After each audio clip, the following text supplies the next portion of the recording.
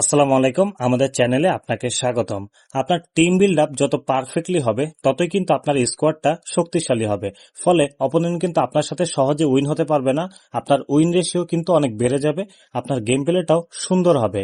এই team build up ভালো করার জন্য কিন্তু আপনাকে দুইটা বিষয় খেয়াল রাখতে হবে। একটা হচ্ছে আপনার ফরমেশন, আর একটা হচ্ছে আপনার প্লেয়ার পজিশন। আজকের ভিডিওতে আমি এই দুইটা বিষয় নিয়ে আলোচনা করব।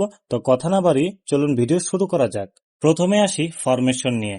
আপনার কোচ যে প্লেইং স্টাইলে হোক না কেন, তার কিন্তু একটা বেস্ট ফরমেশন আছে। আমি আপনাদের সুবিধার্থে দেখিয়ে দিই। আপনি যদি কুইক কাউন্টারে খেলেন তাহলে বেস্ট ফরমেশন হচ্ছে এটা। আপনি এভাবে সাজা নিতে পারেন। আপনি যদি লং বল কাউন্টারে খেলেন তাহলে বেস্ট ফরমেশন হচ্ছে এটা। আপনি এভাবে সাজা নিতে পারেন।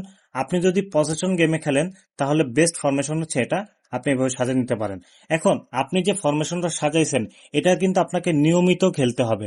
কারণ আপনি যদি এই ফরমেশনটা দেন তাহলে কিন্তু আপনার প্রথম কয়েকদিন ম্যাচ খেলতে একটু অসুবিধা হবে, কারণ আপনি জানবেন না যে কোথায় কোন প্লেয়ারটা আছে, কোথায় কোন প্লেয়ারটা আপনার পারফর্ম করবে।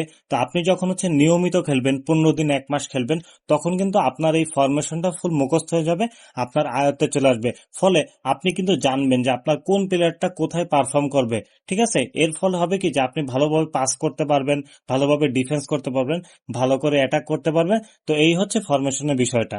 দ্বিতীয় বিষয় হচ্ছে প্লেয়ারের পজিশন।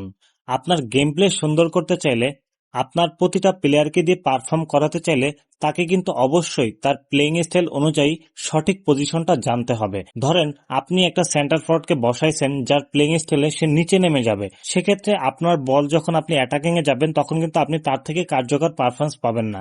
আবার আপনি এমন একজন ডিফেন্ডারকে রাখলেন যার প্লেইং স্টাইল অনুযায়ী সে উপরে উঠে যাবে, তখন কিন্তু আপনার ডিফেন্সটা ফাঁকা হয়ে যাবে। ফলে অপোনেন্ট কিন্তু আপনাকে সহজেই গোল দিয়ে দিবে। এজন্য আপনাকে কিন্তু জানতে হবে যে আপনার প্লেয়ারের প্লেইং স্টাইল কোন পজিশনে পারফেক্ট। চলুন আমি সেটা নিয়ে একটু বিস্তারিত আপনাদেরকে বলে দিই। আমি স্কোয়াডের প্রথম থেকে শুরু করছি। Number 1, centre forward. এখানে বেস্ট প্লেইং স্টাইল হচ্ছে গোল পোচার অথবা অ্যাডভান্স স্ট্রাইকার। যদি এটা না থাকে তাহলে বিকল্প হিসাবে আপনারা ডিপ লাইন ফরওয়ার্ড ইউজ করতে পারেন। Number 2, second striker. এখানে আপনি যেটা বসাতে পারেন সেটা হচ্ছে ডিপ লাইন ফরওয়ার্ড অথবা ক্রিয়েটিভ প্লেমেকারও বসাতে পারেন। Number 3, attacking midfielder. এখানে বেস্ট প্লেইং স্টাইল হচ্ছে হোল প্লেয়ার অথবা ক্রিয়েটিভ প্লেমেকার, যারা খুবই ভালো পারফরমেন্স করবে। Number 4, centre midfielder. এখানে আপনি অর্কেস্ট্রেটর অথবা বক্স টু বক্স বসাতে পারেন।